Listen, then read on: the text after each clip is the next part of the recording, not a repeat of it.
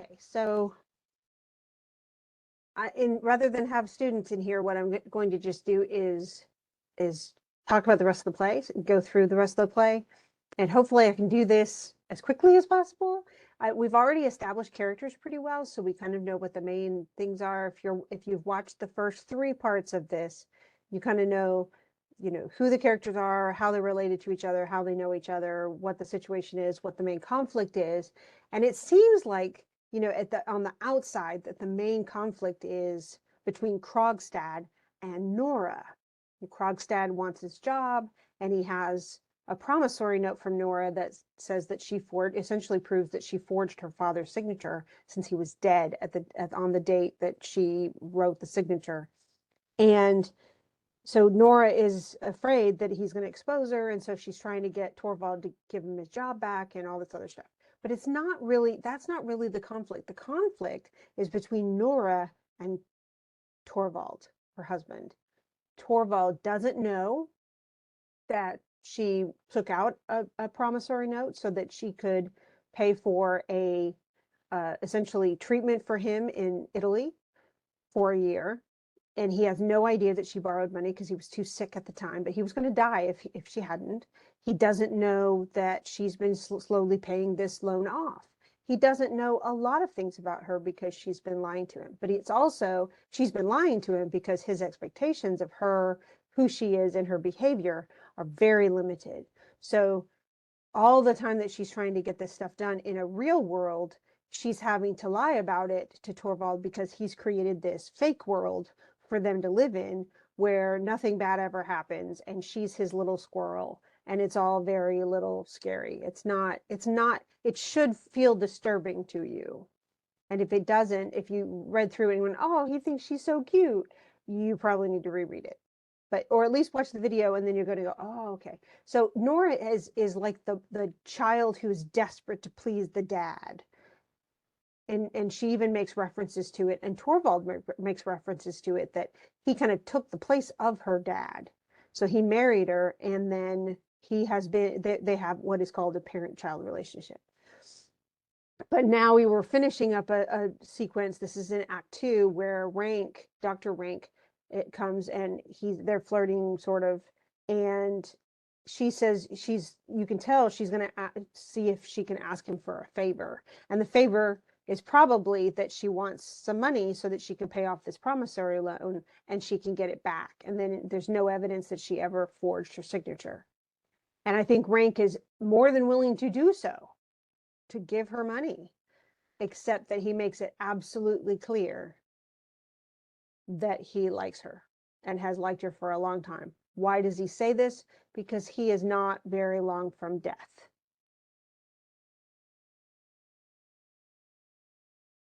And so once he tells her that he loves her, this is over here, let's see.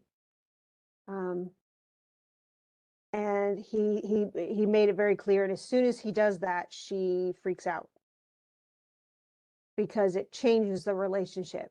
If she gets money from him and knowing how he feels about her, that creates a contractual relationship that could go really bad really fast. And now she can't even tell him what she wanted, because she can't ask for money because of that relationship. And she says several times over, I can't tell you anything now. And he even says, he goes, let me have permission to do for you whatever a man may do, which is not his job. Remember, he's not her husband. And she says, you can do nothing for me now. So the truth is she does have very strong ethical principles. And she certainly has no desire to cheat on her husband or do anything like that. And then she lies to him. She says, I really don't need any help at all. You'll find that the whole thing is merely fancy on my part. It really is so. Of course it is. It's just something I'm stressing about that's not really important, which is not true. And then he goes, you're a nice sort of man. Don't you feel ashamed of yourself? And he says, not a bit, but perhaps I had better go forever. And she goes, no, you must come here just as much as before. Then she says, you know very well Torvald can't do without you. And he says, yes, but you. And she says, oh, I'm always tremendously pleased when you come. And he says, he goes, "You are a riddle to me. I've often thought that you would almost as soon be in my company as in Helmer's, like you prefer my company to Helmer's." So he's in a sort of like, I don't know, best friend loves the girl, his best friend's girl or something, And Nora says, she goes, "Well, when I was at home, of course I loved Papa best. And yet I'd always play around, go up to the maid's room because they didn't moralize to me the way that Papa does." And that's how she's kind of put that. He says, "I see it. It's their place I've taken." So he's the person that she can be truthful with and not be judged, because Torvald is not the person that she can be truthful with and not be judged. And she gets a card from the maid. The maid comes in with a calling card. And Rank asks, "Is there something wrong?" No, everything's fine. It's my new dress. It's a lie. And he goes, "Your dress is lying there." So Rank sees through the lies immediately. Christine sees through the lies immediately. The only person who's buying the lies is Torvald. Why? Because it keeps his sense of perfection alive. If you pretend that there aren't any ugly, linings to what you're doing, then there aren't any. And Nora has to keep up those appearances for him because he demands it. And she goes, "Oh, yes, that one, but this is another. I ordered it. Torvald must not know about it." "Oh, then that was the great secret." And he goes, "Of course. Just go talk to Torvald and keep him there." So that, which is more secret. And then who's there? And it's Krogstad. And so the maid, she says, "Won't he go away?" And maid's like, "No, he said he won't until he's seen you." She goes, "Okay, let him come in, but quietly." She doesn't want Krogstad to be found out by Torvald because Torvald hates him. And she goes, "This dreadful thing is going to happen. It will happen in spite of me." No, it can't happen. It shan't happen. Now, this dreadful thing is that Torvald will essentially defend her, that he will come in, find out what Krogstad's been doing, find out what Nora does, forgive her immediately, and take all the onus of it on himself. And so Nora says, "Speak low, my husband is home." She doesn't want her husband to know and come out and be heroic. This is the expectation she has. Because remember, he's her dad figure. So he's going to protect her and defend her and all that stuff. And Krogstad says he doesn't care, essentially, no matter about that if husband's home. She goes, "What do you want? An explanation?" And Krogstad says, "I suppose that I've got my dismissal." And she says, "I couldn't stop it. I fought as hard as I could on your side, but it was no good." And Krogstad says, "Does your husband know you so little then? He knows what I can expose you to, and yet he ventures." And she makes it very clear he doesn't know. How can you suppose that he has any knowledge of the sword?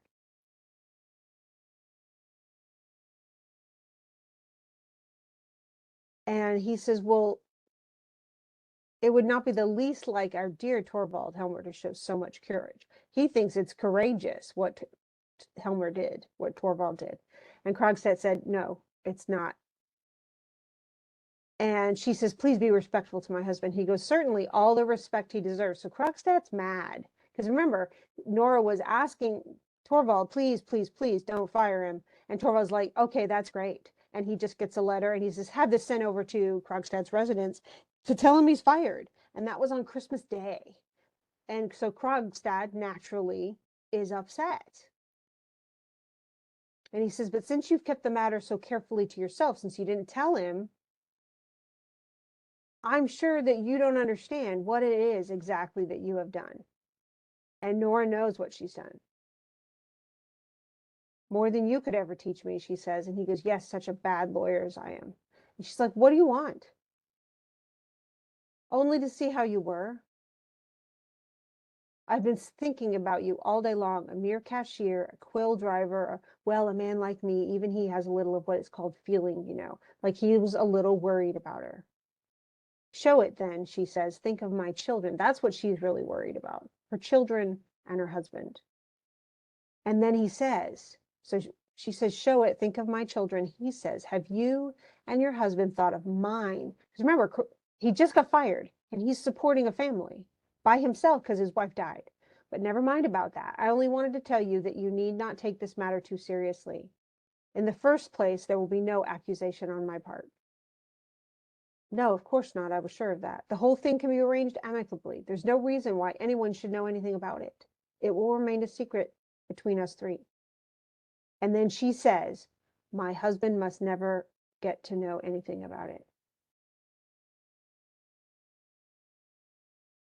Like, don't, Torvald has to stay out of it. So this is her biggest fear, is that Torvald will find out about it. It's more than any public shame, it's more than jail. She is scared to death of the judgment or the reaction that her husband will create. And what she hopes for is that he'll be her great defender. That's what she's really hoping. But she's also scared about it because it could ruin him. So he says, how are you going to prevent it? Can you pay the balance? No. Are you going to have access to that money soon? She goes, no, I don't have any. Remember, she just turned down Dr. Rank, who was very willing to give her money because of how that would it would be smarmy. It would not be good. And he says, well, it would have been of no use to you now, even if you paid it off. If you stood there with the money to pay it off, I would never part with your bond. And she goes, why? Because that's what she wanted. She wanted to buy it and then she could rip it up in shreds. He says, I'm just going to keep it.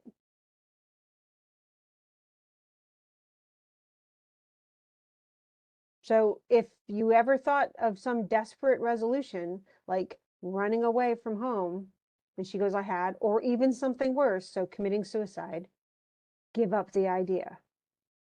And she says, how do I know? Did you know I had thought of that? And he says, most of us think of that at first. I did too, but I hadn't the courage. And what he's talking about is desperation. When you get to that point where, remember, he committed the same act, forgery, and he thought about it when it was found out. He thought about committing suicide. And he said, but I hadn't the courage. And she said, no more had I. So she's thought about it several times over already. No, that's it, isn't it? You hadn't the courage either? And she goes, no, I haven't. Besides, it would have been a great piece of folly. Once the first storm at home is over, I have a letter for your husband in my pocket, telling him everything. And he says, in as lenient a manner as I possibly could. But she's desperately afraid of that. He can't get the letter. Tear it up. And she says, I'm not speaking about what I owe you. Tell me what sum you're asking my husband for, and I will get the money. And he says, I'm not asking your husband for a penny. So he just wants to tell Torvald what happened. And she says, what do you want? He goes, I want to rehabilitate myself, Mrs. Helmer. I want to get on. And in that, your husband must help me. For the last year and a half, I've not had a hand in anything dishonorable. Amid all the time that time, I've been struggling in most restricted circumstances. So I haven't had a lot of money and I've done nothing dishonest. But now I've been fired for no reason. I want to get into the bank again in a higher position. And Norris makes it clear he will never do that. Why? Because he made it clear he would never do that. He hates Krogstad, partly because of Krogstad's past behavior, partly because Krogstad makes him uncomfortable because he knows him. And he says, he's going to know because I need a job. And he says, and soon as I am there again with him, then you will see, within a year, I shall be the manager's right hand. And Nora says, it'll never happen. And he says, do you mean you will? Like you're going to stop me? And she says, I have courage enough for it now. Oh, you can't frighten me. And what she's saying is she has courage to commit suicide now. A fine, spoilt lady like you. She goes, oh, you'll see. And then Krogstad says, under the ice, perhaps, down in the cold, coal black water. So you'll go and dump get under the ice in, because remember, this is Christmas in Norway. So there's ice on the water. So you're going to chuck yourself under there and drown, and then they're going to fish your body out in the spring. And she said, she's trying to make it gruesome. And she says, you can't frighten me. And he says, nor you me. People don't do such things. Besides, what use would it be? I should have him completely in my power all the same. But she goes, but I'll be dead. And he goes, I've been the one keeping your reputation unsullied. But now I've warned you, don't do anything foolish. When Helmer has had my letter, I shall expect a message from him. And be sure you remember that it is your husband himself who has forced me into such ways as this again. I will never forgive him for that. So he's like, I have no choice. I have no other way to go. I'm out of directions because your husband fired me. Now, so it really raises the stakes. Even if she were to commit suicide, he says, he would have Helmer. And the truth is, if his wife does something, and it's just like, if a husband were to die, once he's dead, all of his bills, all of those things, all the debts he had become due. And if his wife and kids can't pay for those, then they could go to debtor's prison, even though they didn't incur any of that debt. It's really awful, but it's the way that the system unfortunately works. So Nora watches, and she notices that he does not put the letter in the box. And then he's standing outside. She's kind of giving us a play-by-play. And then a letter drops into the box, and Krogstad's footsteps are heard until they die away as he goes downstairs. No, the box is locked, and the only person who can open the mailbox is Torvald. And now the letter telling Torvald what she did is in that box. And she says, there is no hope for us now. And then here comes Mrs. Lynde, because everybody just pops in. And she's getting she was working on her dress. And Nora is really freaked out. She goes, what's wrong? And she goes, you see the letter in the glass, through the glass in the letterbox? She goes, yeah, that letter's from Krogstad. And she goes, it was Krogstad who lent you the money? And she goes, yes, and now Torvald will know all about it. And Mrs. Lynde doesn't respond the way that Nora probably thinks. She says, that's good. That's the best thing for both of you. And she goes, you don't know, I forged a name. And she goes, oh my goodness. She goes, I only want to say this to you. You must be my witness. What do you mean? She goes, if I should go out of my mind, and it might easily happen. So this girl is stressed. Or if anything else should happen to me, in other words, if I commit suicide. And Mrs. Lynde is getting panicked now. And she goes, if it should happen that there was someone who wanted to take all responsibility, all the blame, you understand, then you must be my witness that it is not true. I tell you, no one else has known anything about it, and I alone did the whole thing. In other words, she's trying to cover for Helmer. Her first thought, okay, if I die, if I go and commit suicide, please, Christine, be my witness that Helmer had nothing to do with this. He didn't even know about it. And she says, okay, but I don't understand any of this. And she goes, well, how should you understand it? A wonderful thing is going to happen. A wonderful thing?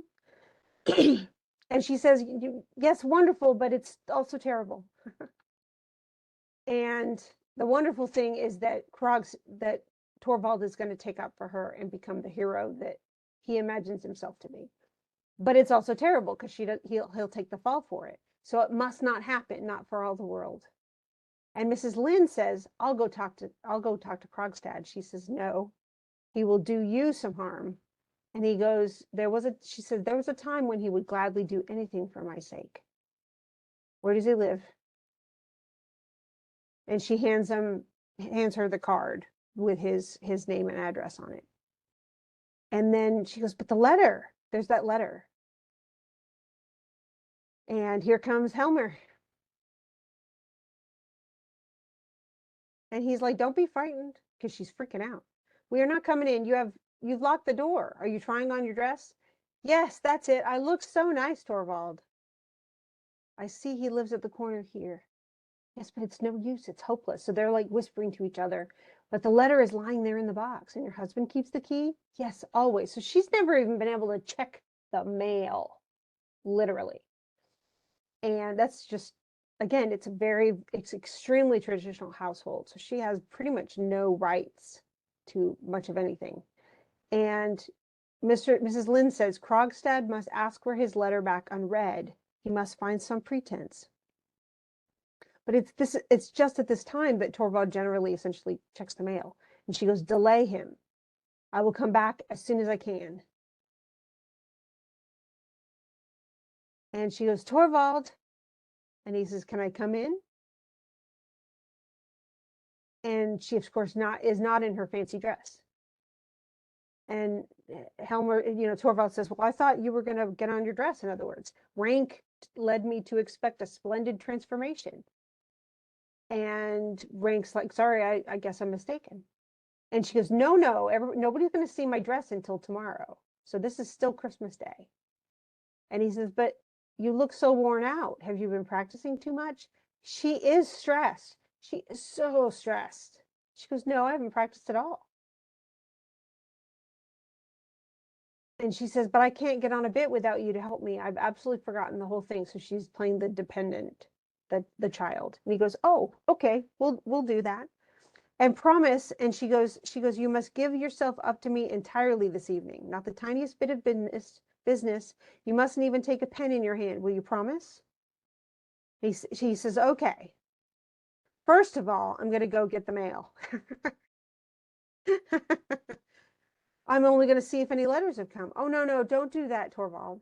Please don't. There's nothing there. And he goes, ah. And she's trying to distract him. Can't I dance? And she goes, I'm just so afraid. I'm so scared. Sit down and play for me, Torvald dear. Criticize me and correct me as you play. And he goes, okay. And he starts playing the piano. And she takes out a tambourine, and then she starts practicing dancing. And she's freaking out. So her dance is weird and frenetic, and he goes, and he even says, no, that's not a bit right. Didn't I tell you so? And Rank is like, let me play. He goes, okay. And then I correct her better. And she's just dancing weirdly. I mean, it's going to be an actual dance, but as you'll see in the production. But she's kind of like freaking out. And she's pretending. Such fun, Christine. It's not fun. And how even Torvald says, my dear darling Nora, you are dancing as if your life depended on it. And she says, so it does.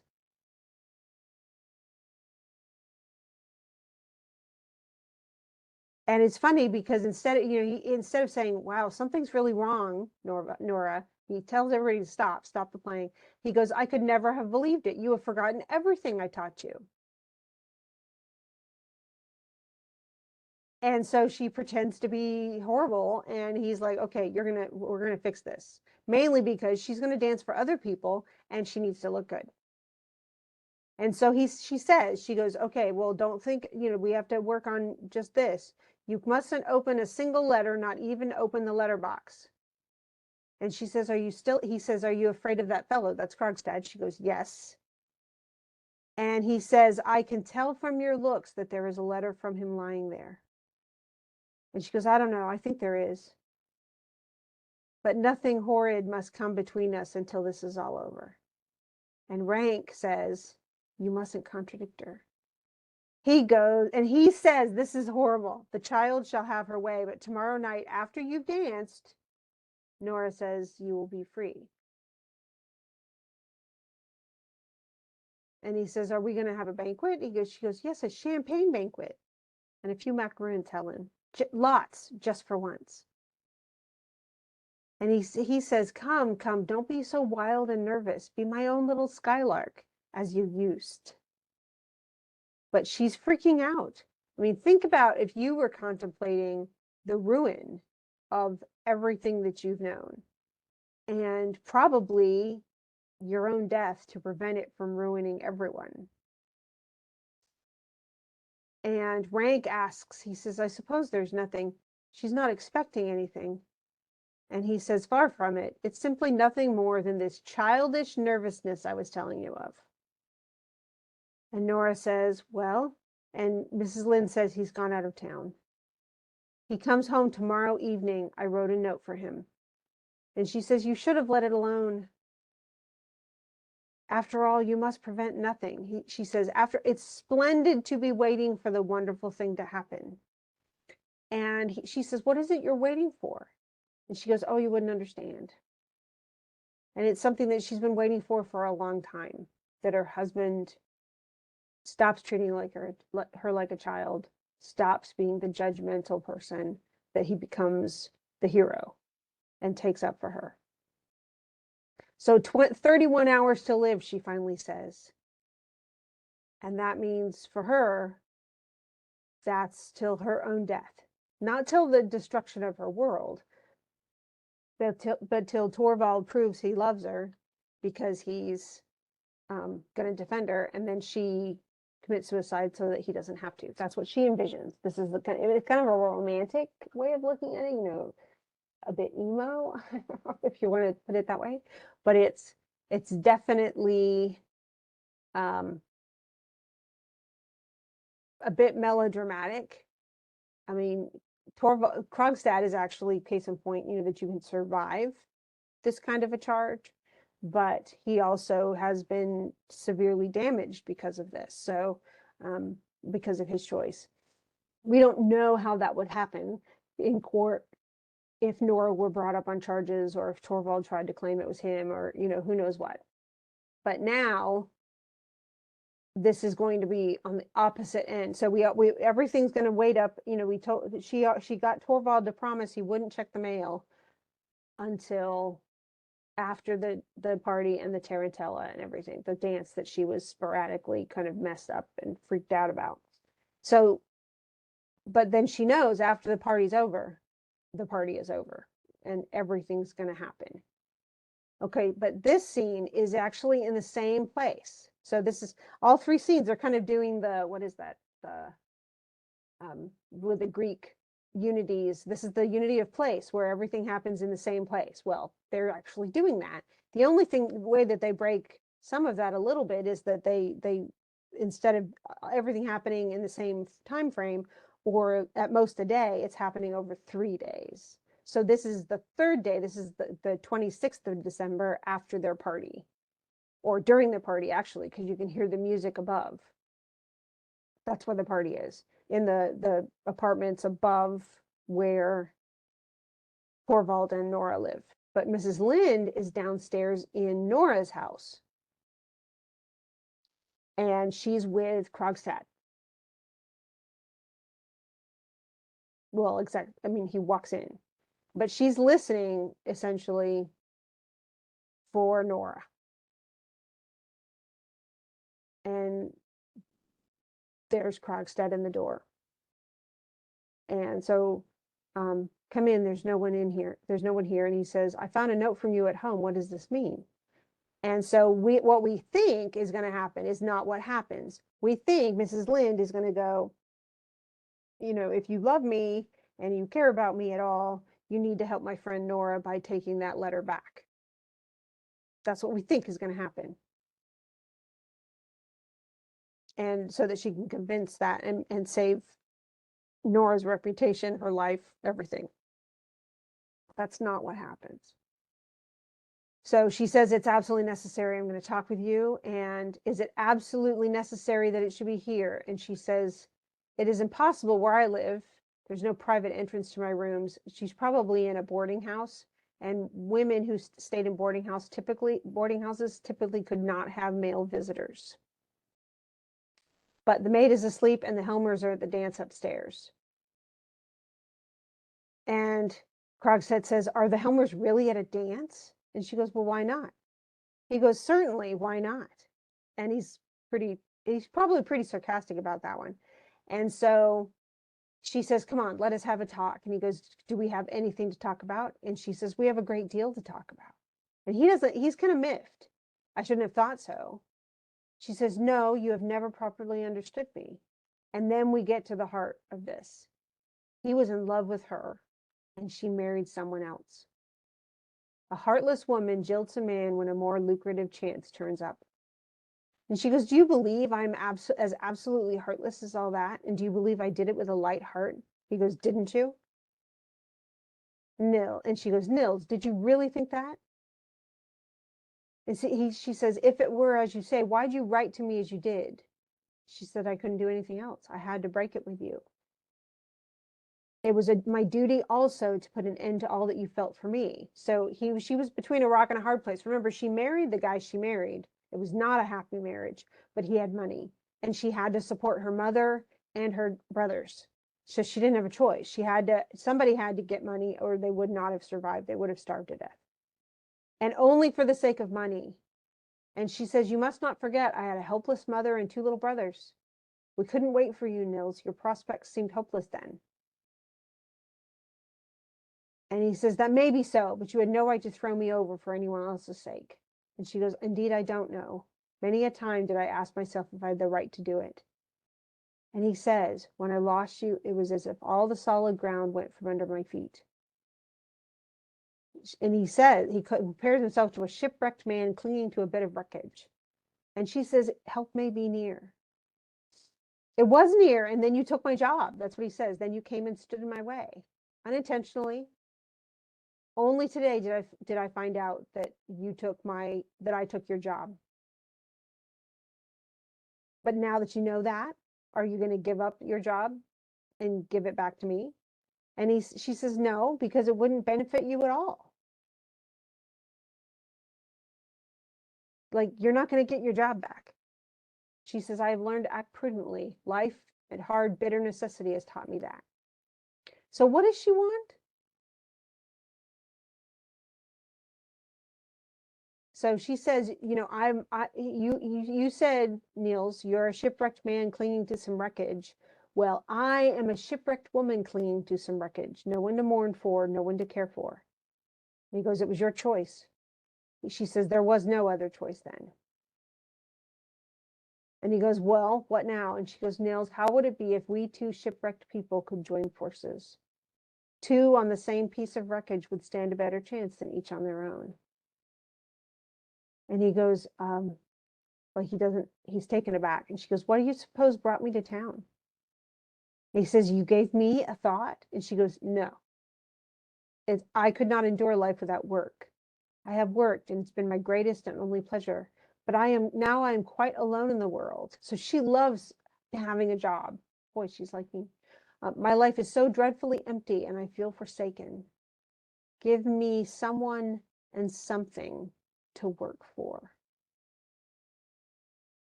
And he says, I don't trust that. You're just you have an overstrained sense of generosity. And she says, have you ever known me to be like that? And he says, do you know what happened in my past? She goes, yes. Do you know what they think of me here? She goes, you seem to imply that with me, you might have been quite another man. And he goes, oh, I'm certain I would have been a better man. Is it too late now? And he says, are you saying this deliberately? Have you really the courage then? And yes, she's actually offering herself as a companion. She wants, they can get married, they can, whatever. She goes, I want to be a mother to someone, and your children need a mother. We 2 need each other. Now they can't just live together in 1870s. No. They would get married. But I feel like, and she says, I have faith in your character. No one else has said that to him probably in a long time. I can dare anything together with you. And he's like, thanks. Oh my gosh, he's all happy. Now I shall find a way to clear myself in the eyes of the world. But I forgot. And she goes, uh-oh, the Tarantella, that's the end of the party. Go. And she goes, what do you mean? Do you hear them up there? When that's over, we may expect them back. And he goes, okay, I'll go. But of course, you're not aware of the steps I've taken in the matter of the Helmers. She goes, no, I know all about that. And in spite of that, because he hasn't been the greatest guy, she goes, I understand very well to what lengths a man like you might be driven by despair. And he says, if I could undo what I've done. And she goes, you cannot. Your letter is lying in the letterbox now. And he says, is that what all this means? That you save your friend at any cost? Like, in other words, are you offering yourself to me as a wife so that I will take the letter back? And Mrs. Lynde says, and that's what we thought, but she says, Nils, a woman who has once sold herself for another's sake doesn't do it a second time. And Krogstad says, I will ask for my letter back. And she says, no, don't do it. He goes, of course I will. I'll wait here. Helmer will come. I'll say, give me my letter back. And she says, no, you must not recall your letter. But he says, isn't this why you brought me here and met with you? And she goes, a day ago, yes. But I have witnessed incredible things in this house. Helmer must know all about it. This unhappy secret must be disclosed. They must have a complete understanding. In other words, they need to talk truthfully to each other. And the only way they can is if he knows the truth.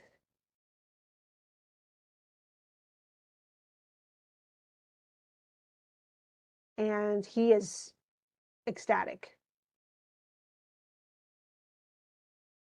And she's ecstatic. What a difference, what a difference. Someone to work for and live for, a home to bring comfort into. It's amazing for a lot of people how, and Christine is a very, kind of productive, sort of active person. And she just, it's amazing how much less lonely a person can be if they have someone to share things with. And so that's probably the number one thing that bothers people when they've become widowed, is that they don't have that other person to share their day with, to cook with or for, to give presents to at Christmas. The loneliness becomes really profound. So here comes, though, Helmer and Nora, and she doesn't want to come. No, no, no, no, don't take me. I don't want to leave so early. And he goes, come on, Nora. And he's like, not a single minute. That was our agreement. Come along into the room. You are catching cold standing there. And Mrs. Lynde's there. And he's like, what are you doing here? She goes, I just wanted to see Nora in her dress. And he goes, yes, take a good look at her. I think she's worth looking at. Isn't she charming? Yes, she is. Doesn't she look pretty? But she's terribly self-willed, this sweet little person. What are we to do with her? You will hardly believe that I almost had to bring her away by force. And he just keeps on going. Calls her a charming little Capri maiden, my capricious little Capri maiden, I should say, on my arm. Took one quick turn around the room, and as they say in novels, the beautiful apparition disappeared. So they're on. And he lights some candles, and while he's busy doing that, Nora asks in a whisper, could you talk with him? And she said, yes.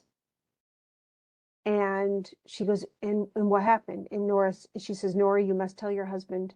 And Nora says, I knew it. Now, of course, she doesn't know that Krogstad is, that he was willing to take the letter. But she says, you have nothing to be afraid of as far as Krogstad is concerned. So in other words, he's never going to bring charges against you or make it public, but you must tell him. In other words, tell Torvald. She goes, I won't. She goes, then the letter will. And she goes, thank you, Noreen. Christine, I know what I must do.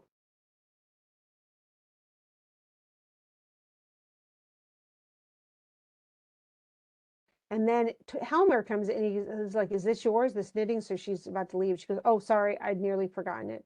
And he goes, so you knit? Of course. Do you know, you ought to embroider. And she goes, why? It's far more becoming. Let me show you. You hold the embroidery thus with your left hand and use the needle with the right like this with a long, easy sweep. Do you see? But in the case of knitting, that can never be anything but ungraceful. Look here, the arms close together, the knitting needles going up and down as a sort of Chinese effect, which is just insane. So he's telling her essentially not to knit, but to embroider, because embroidery, when you're sitting there doing it, you look prettier. than when you're knitting. It's just weird. And then Mrs. Lynde says, well, good night, Nora, and don't be self-willed anymore. And Helmer's like, that's right, Mrs. Lynde. And he says goodnight to her and everything. At last, we've gotten rid of her. She's a frightful bore, that woman.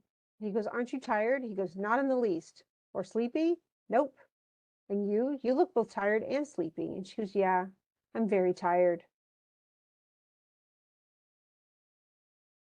And he says, see, it was quite right of me not to let you stay at the party. And she goes, everything you do is quite right. Remember, perfect, that word perfect. And he goes, and instead of saying that, okay, if I ever said that to my husband, he would give me such a stare. Like, who are you and what alien has taken over your body? You know, because that's not, I don't know anybody I would ever say that to, because no one's perfect. But he says, now my little Skylark is speaking reasonably. Did you know what good spirits Dr. Rank was in this evening? And she goes, I didn't speak to him at all. But he looks good. It's been a long time since I'd seen him in such good form. Well, that's an issue because a lot of times people, when they're about to die, look good right before they do. And that's kind of what's going to happen. And he's looking at her and he's kind of like a bit on the, hey, let's get going, chicklet, you know. So he's all getting, you know, a little hot and bothered. And he goes, at all the beauty that is mine, all my very own. So he feels like he owns her. I mean, it's just not a statement that men tend to make today. And she says, you mustn't say things like that to me tonight. And he says, you are more captivating than ever, essentially. And he goes, the whole house will be quiet. In other words, hey, we can go upstairs and go to our bedroom and, you know, stuff like that. And he's like, and he even says, he goes, why I speak so little to you, keep away from you, and only send a stolen glance in your direction now and then. Do you know why I do that? It's because I make believe to myself that we are secretly in love and you are secretly a promised bride and that no one suspects there's anything between us. So he has these little fantasies going on. And when we are leaving, I'm putting the shawl over your beautiful young shoulders on your lovely neck. And then I imagine you are my young bride and we've just come home from the wedding and I'm bringing you for the first time into our home. So it's like his own like little sexual fantasy. And he said, when I watched the seductive figures of the Tarantella, my blood was on fire. And that's why I brought you down. And she goes, oh, you can't do this right now. Now, of course, he's on, hey, honey, you look really hot and let's go to the bedroom. And she's on the page of, oh my gosh, you're going to find out what I've done and I'm going to die. And then somebody knocks at the door. And then Dr. Rank comes in and he was just saying goodbye. He says, why shouldn't one enjoy everything in this world? The wine was capital. And he says, it's almost incredible how much I managed to put away. So he was drinking a lot. And he says, why not enjoy a merry evening after a well-spent day? But this is all pleasantries.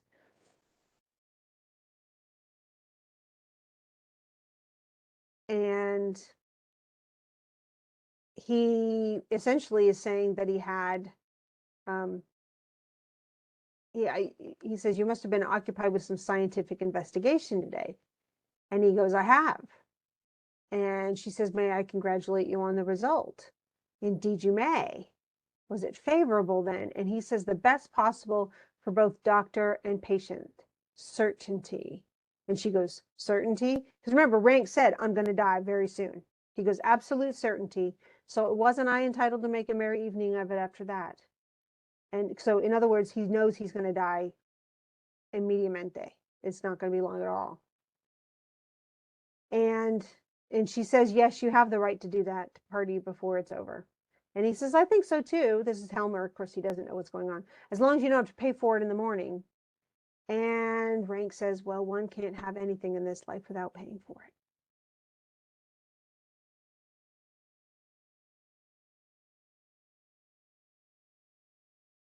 And so I mean, all of this is kind of coded. And Rank says, you know, they're talking about what's the next costume that they can they can wear. And Rank says, let your wife go dressed just as she is in everyday life. And he says, can't you tell us what you will be? And he goes, yes, my dear friend, I'm quite made up my mind about that. At my next fancy dress ball, I shall be invisible, because he's going to be dead.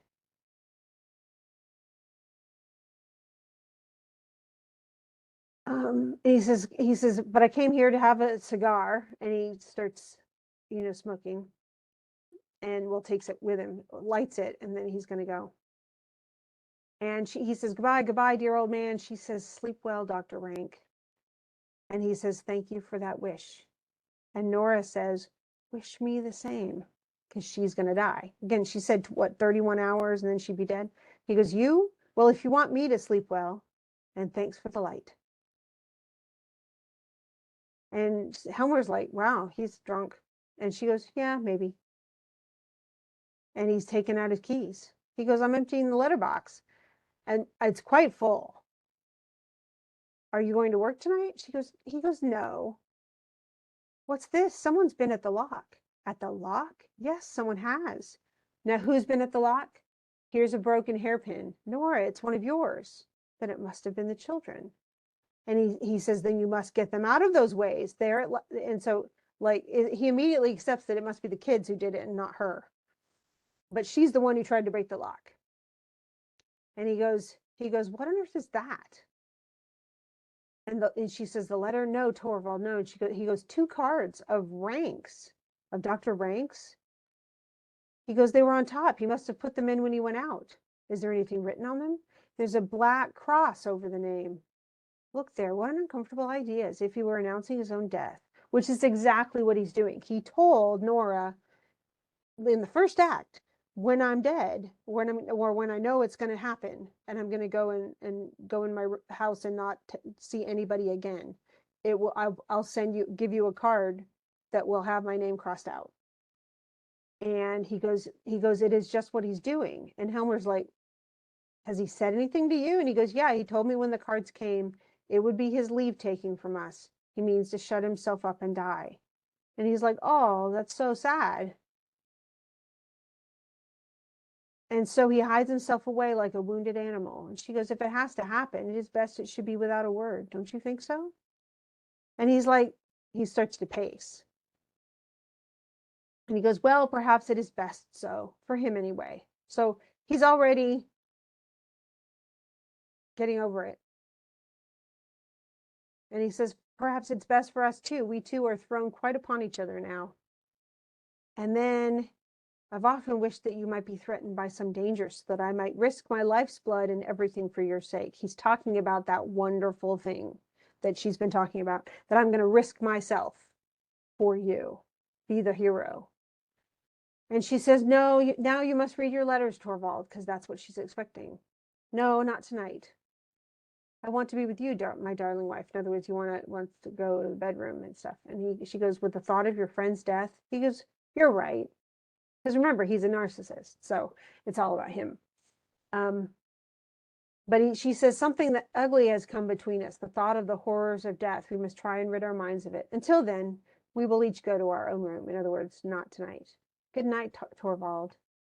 And he goes, good night, my little singing bird, sleep sound. Now I will read my letters through. And he takes the letters and goes into his room. And now she's really freaked out. And she's thinking, that's it. She puts her shawl over her head, the icy black water, the unfathomable. She's going to go and commit suicide. He has got it now. Now he's reading it. Goodbye, Torvald and my children. She's about to rush through the hall when Helmer opens the door hurriedly and stands with an open letter in his hand. And he's like, what's this? Do you know what's in this letter? And she goes, yes, I know. Where are you going? You shan't save me, Torvald. He goes, true. This is true that I read. Is this true that I read here? No, it's impossible that it can be true. She says, it is true. I've loved you above everything else in the world. Oh, don't let us have silly excuses. And he becomes awful. He calls her a miserable creature. What have you done? And she says, you shall not suffer for my sake. She's expecting him to be Mr. Hero here. Remember, you shall not take it upon yourself. And he goes, no tragic airs, please. He locks the hall door. Here you shall stay and give me an explanation. Do you understand what you have done? Do you understand what you have done? He is furious. And she looks steadily at him and says with a growing look of coldness in her face, yes, I am beginning to understand thoroughly. And he loses it. What a horrible awakening. All these 8 years she's had this, she's been trying to pay off this debt. She who was my pride and joy, a hypocrite, a liar, and he just tears her up one side and down the other. Everything. No morality. And he talks about her dad. Oh, he had no principle either. And now I'm punished for having winked at what he did. And she says, and this is how you repay me. And she goes, yes, that's just it. Yeah, because she didn't do it for her sake. She did it for his sake, to save his life. And he goes, now you've destroyed all my happiness. You've ruined all my future. And I must sink to such miserable death because of a thoughtless woman. And she says, when I'm out of the way, you will be free. And he goes, no fine speeches. Very likely people will think I was behind it all, that it was I who prompted you, and I have to thank you for all this. You whom I've cherished during the whole of our married life. And essentially, you're awful. Awful, awful, awful. But we must come to some understanding. Take off that shawl. Take it off, I tell you. I must try and appease him in some way or another. The matter must be hushed up. And as for you and me, it must appear as if everything between us were just as before, but only in the eyes of the world. You will still remain in my house, but I shall not allow you to bring up the children. I dare not trust them to you. So he's essentially, you're going to live here, but you're never going to see your children again. And our marriage is over. A ring is heard at the front doorbell. And he thinks it's Krogstad. Hide yourself, Nora. Say you are ill. And she doesn't move. A letter for the mistress. And he takes it. He takes it, takes the letter, shuts the door. Yes, it is from him. I will read it myself. She goes, yes, read it. And he starts reading. And he goes, Nora, no, I must read it once again. Yes, it's true. I'm saved. Nora, I am saved. Yes, it's true. I am saved. Nora, I am saved. So he was just like, you're an evil person. You've done all these bad things. All these things I did for you and all this marriage and blah, blah, blah. But now I'm saved because Krogstad must have sent a letter saying, I'm not going to do anything. And he actually takes out the bond. Krogstad gives up the debt. Oh, but no, first I must destroy these hateful things. Let me see. He takes the bond. No, I won't look at it. The whole thing shall be nothing but a bad dream. We'll pretend it doesn't exist. And throws them all into the stove and watches them burn. He says that since Christmas Eve, these things must have been dreadful days for you. Now he's all sympathy. And she says, I have fought a hard fight these 3 days. And he goes, and suffered agonies and seen no way out, but no, we won't call any of the horrors to mind. We'll just shout for joy and keep saying, it's all over, it's all over. You don't seem to realize that it's all over. And he goes, what is this? It's such a cold, set face. You don't feel as if you could believe that I have forgiven you, but it's true, Nora, I swear it. I've forgiven you everything. I know what you did out of love for me. And that's true, she did. She did it to save his life. But that was not happening. He was not acknowledging any of that when he thought that it was going to go public. And then he still, if only you had sufficient knowledge to judge of the means you used to love me. That's not okay. Lean on me. Then he starts acting like he's the hero. I will advise you and direct you. I should not be a man if this womanly helplessness did not give you a double attractiveness. Like, I love you, helpless. I'll help you. I've forgiven you. Nora, I swear to you, I have forgiven you. And she says, thank you for your forgiveness. And he says, what are you doing? I'm taking off my fancy dress. And he just starts this monologue of, oh, you'll be my frightened little singing bird, but I have broad wings to shelter you. Except when it really mattered, he didn't. He rejected her. He judged her. He told her that she was never going to see her children again. He threatened her. I mean, everything he could say to her that was bad, he did. And then tomorrow morning, he's like, oh, you're going to look at this differently. Everything's going to be fine. You have no idea what a true man's heart is like, nor a true man. There's something so satisfying to a man in the knowledge that he has forgiven his wife, forgiven her freely with all his heart. Aw, I'm such a nice guy. And he says, only be frank and open with me, and I will serve as will and conscience both to you. In other words, I'm going to tell you what to do, and I'm going to tell you what to think, and I'm going to tell you what's right and wrong, and you're going to follow me. And then she comes out in a regular dress. He goes, not gone to bed? She goes, yes, I've changed my things now. For what? I'm not going to sleep tonight. It's so very late. Sit down, Torvald, and you and I have much to say to one another. And she goes, sit down. It's going to take some time.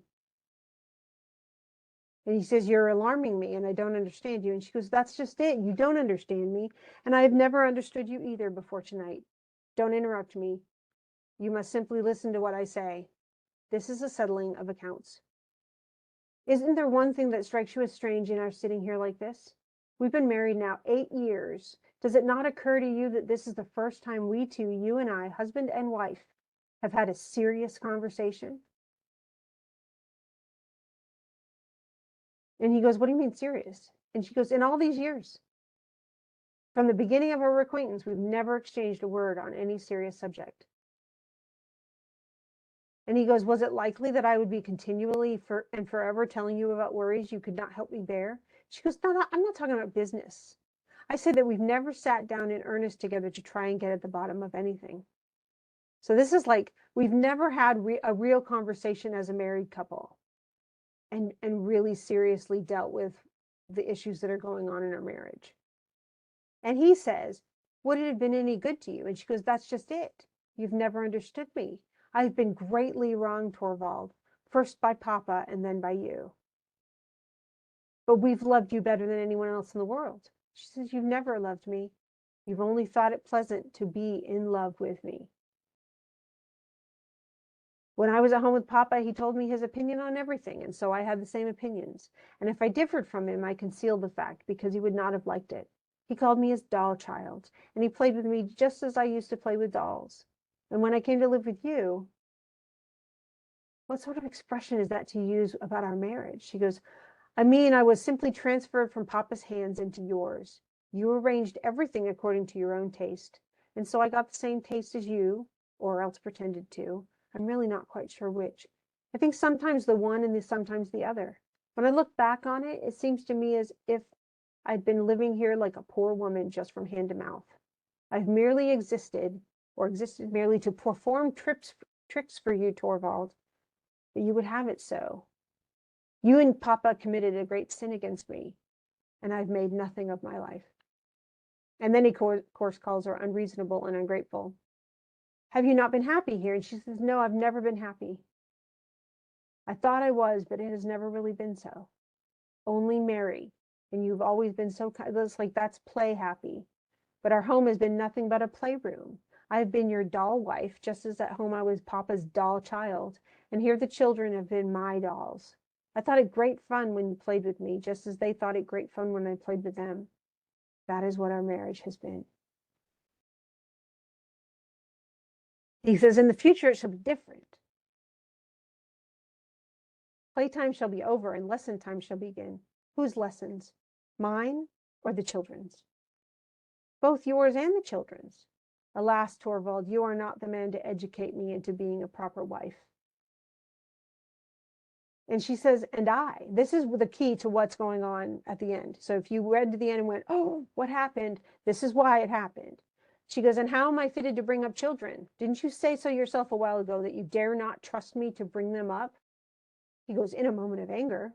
That's a really bad thing to say. Like, I don't trust you to take care of our children. If my husband ever said that to me, I'd be like, oh, so you don't, we're all done. Because that's not okay. And she says, no, but you're perfectly right. I am not fit for the task. There's another task I must undertake first. So I'm not a fit mother for my children. I've made mistakes and I've done bad things, and I'm not the best mentor for them. I must try and educate myself. You are not the man to help me in that. I must do that for myself, and that's why I'm going to leave you now. And she says, I have to be on my own. Now, there are times when you're in a relationship, and I know a lot of you are teenagers, or remember too clearly what it was like to be a teenager. You know, in my family, getting away from the house, you know, actually moving onto the college campus and living on my own was so helpful, because I had to make my own choices, and it wasn't dependent on whether my parents thought something was good or not. It had to be on what I could live with. Choosing a spouse, you know, you have to pick who you can live with, not who your parents can live with, because they're not living with them, you know, that kind of thing. And so she says, I'm going to go. I'm sure Christine will take me in for the night. And he goes, I won't allow it. I forbid it. And she says, it's no use forbidding me anything any longer. I will take with me what belongs to myself. I will take nothing from you, either now or later. Tomorrow I'll go home. I mean, to my old home. It will be easiest for me to find something to do there. And he says, he calls her blind and foolish. And she says, but I have to go try and get some sense. And he says, and you don't consider what people will say if you desert your home and husband and children? She goes, I cannot consider that at all. I only know that it is necessary for me. So this is how you would neglect your most sacred duties. He goes, she says, what do you consider those sacred duties? He goes, are they not to your husband and children? And she says, I have other duties just as sacred. Duties to myself. And he says, before all else, you are a wife and a mother. And she says, I don't believe that any longer. I believe before all else, I am a reasonable human being, just as you are, or at all events, that I must try and become one. I know quite well that most people would think you're right, and that views of this kind are to be found in books, but I can no longer content myself with what most people say or what is found in books.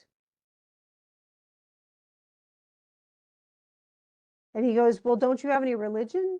She goes, I'm afraid I don't exactly know what religion is. I know nothing but what the clergyman said when I went to be confirmed. He told us that religion was this and that and the other. When I'm away from all this and I'm alone, I will look into those matters too. He says, but if, you know, he's essentially trying to use everything in the book. You know, what can I do to convince you to stay? Don't you have any moral sense, any conscience? And she says, that's not an easy question. She goes, I only know that you and I look at it in quite a different way. I also have learned that law is quite another thing from what I supposed, and I can't convince myself that the law is right. According to it, a woman has no right to spare her old dying father or to save her husband's life. And I can't believe that. And he goes, you talk like a child. She goes, no, I don't.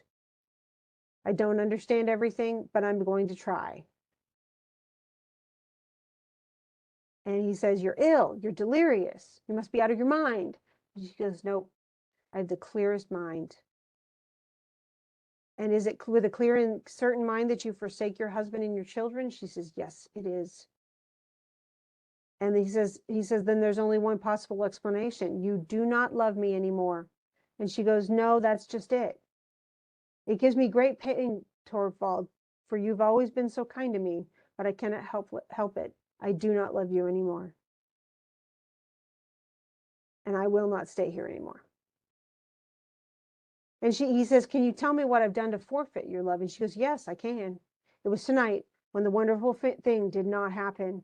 Then I saw you were not the man I had thought you were. When you didn't defend me and you didn't protect me and you didn't offer yourself up for me. After I'd offered myself up pretty much for you. And she says, I've waited patiently for 8 years. And then this horrible misfortune came, and I thought you were going to step up. I was so absolutely certain you would come forward and take everything upon yourself and say, I'm the guilty one. You mean that I would never have accepted such a sacrifice? Of course I would not have accepted it. But would my assurances have been worth, what would my assurances have been worth against yours? That was the wonderful thing that I hoped for and feared. And I wanted to prevent it by killing myself. And he says, I would gladly work night and day for you, but no man would sacrifice his honor for the one he loves. And he said, and she says, it is a thing hundreds of thousands of women have done. And again, he calls her a child. And she goes, maybe, but you neither think nor talk like the man I could bind myself to. I do not love you. I was your skylark, your doll, which you would in future treat with doubly gentle care because it was so brittle and fragile. For 8 years, I've been living with a strange man and had borne him 3 children.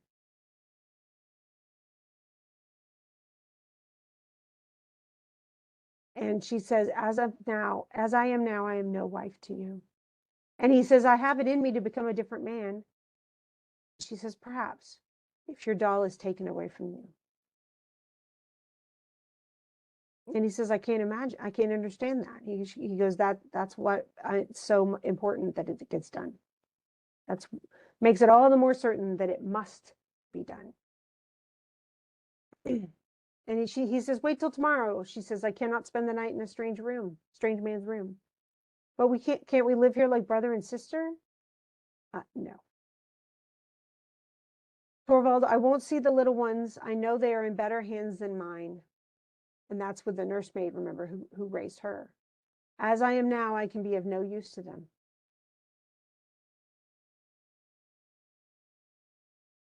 And he says, but you're my wife, whatever becomes of you. And she goes, I've heard that when a wife deserts her husband's house, as I'm doing now, he's legally freed from all obligations toward her.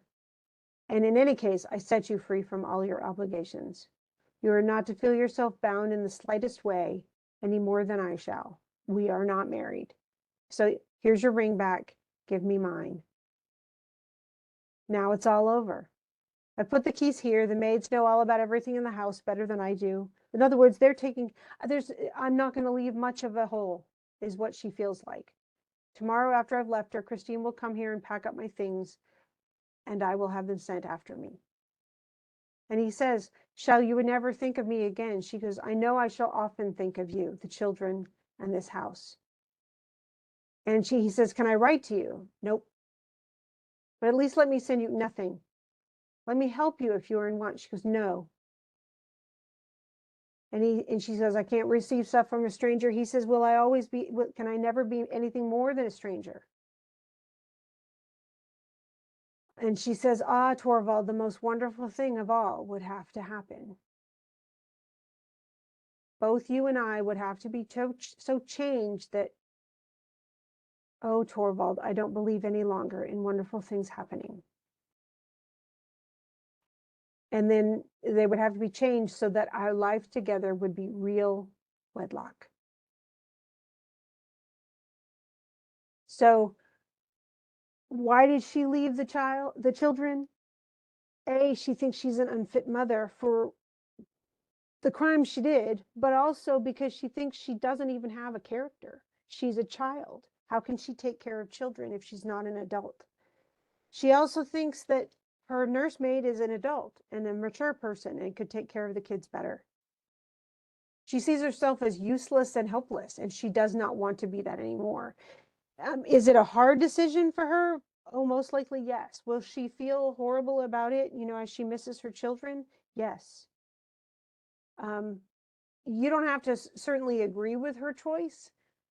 Do you understand her choice is the question. And what do you think is going to happen to Helmer? It's funny because if you've listened all the way to the end of this thing, I'd love to know what you think. If you were to write an act 4 to this, what would happen? If we're talking 5 years from now or 10 years from now, where would Nora and Helmer be? Where would their kids be at that point 10 years from now? Remember, all the kids are pretty little. So they'd still be like teenagers, but if you can let me know, that would be interesting. It would be interesting to know what you think would happen after this is all over. Anyway, that's the doll's house. So I will talk to you guys later. Hopefully you were able to watch all these or watch the thing, or hopefully any of this helped you. I just tried to go through it as much line by line so you knew what was going on. See y'all later and have a good weekend.